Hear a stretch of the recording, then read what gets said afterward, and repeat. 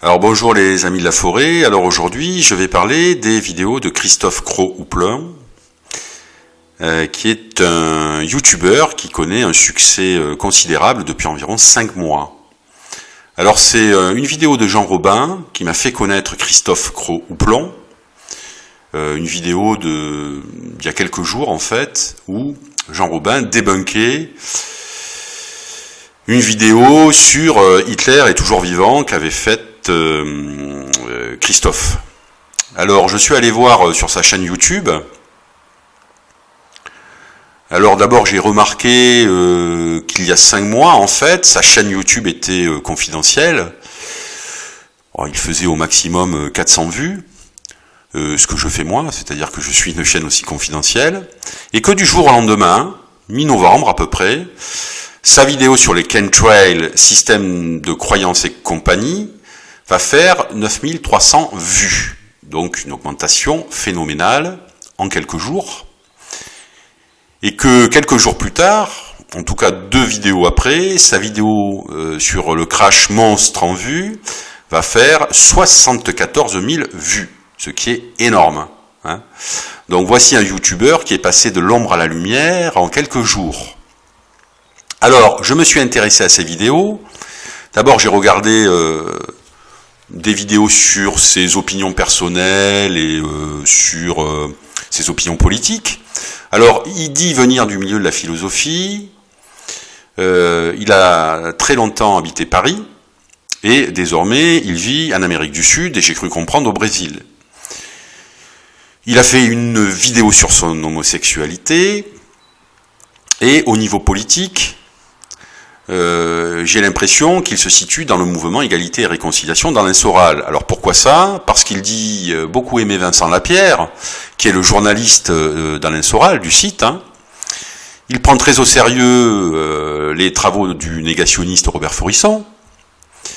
Il aime pas Mélenchon. Il aime bien Asselineau. En tout cas, il le trouve intéressant. Apparemment, dans beaucoup de vidéos, les juifs sont de la partie. Vous verrez que dans la vidéo qu'il fait sur Hitler, il dit qu'Hitler, en fait, descend de Rothschild. Donc, j'ai une petite impression de judéophobie le concernant. Et enfin, il file régulièrement la métaphore conspirationniste, et c'est d'ailleurs lors d'une vidéo conspirationniste qu'il a fait péter son compteur de vues. Donc la vidéo sur les chemtrails. Alors, les chemtrails. Alors, c'est une théorie conspirationniste qui est née aux USA au début des années 90, dans les milieux de l'extrême droite américaine, dont les militants pensaient que le gouvernement américain pratiquait des épandages via des avions pour diffuser des produits toxiques dans l'atmosphère pour les empoisonner. Bon, je rappelle que l'extrême droite américaine est assez conspirationniste, hein, c'est de là d'où sont sorties les théories alternatives sur le 11 septembre, et que c'est une bande de gros paranoïaques. Hein. Bon, la chaîne conspirationniste par excellence aux États-Unis, c'est Fox News. Hein. Alors, ces traînées blanches, donc, qui sont associées à des épandages de poisons toxiques, sont en fait de la condensation de la vapeur d'eau produite par les moteurs d'avion, qui volent au-dessus de 8000 mètres d'altitude avec une température de moins 39 degrés. Normalement, elles se dissipent assez rapidement, mais parfois, selon les paramètres atmosphériques, elles peuvent se transformer en nuages et être plus pérennes. Et puis, à ceux qui s'étonnent de ces traînées blanches, régulières, c'est vrai que moi j'en vois aussi, hein, j'habite en plus pas loin de l'aéroport de Marignane, près de Marseille.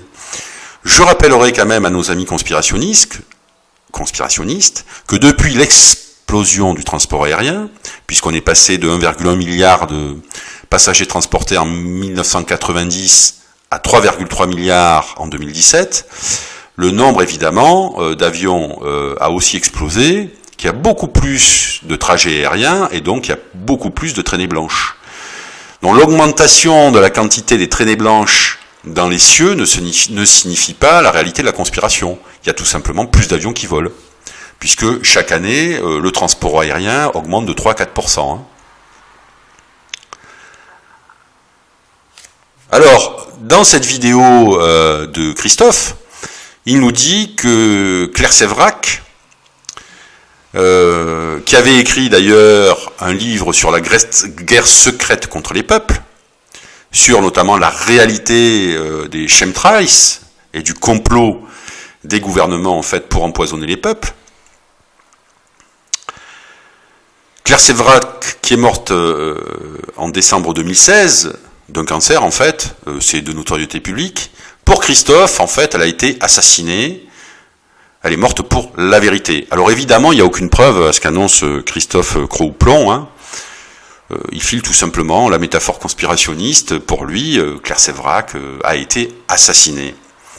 Bon, alors, je vois pas à la limite... D'ailleurs, je signale que Claire Séverac était éditée chez Contre-Culture, la maison d'édition, d'Alain Soral. Je mettrai les liens de toute façon de tout ce que je dis en dessous la vidéo. Hein. D'ailleurs, cette photo, elle vient du site Contre-Culture, dont je mettrai le lien sous la vidéo. Or, je vois pas véritablement qui ça pourrait gêner, tout simplement parce que cette théorie des chemtrails, elle a été démontée par des scientifiques.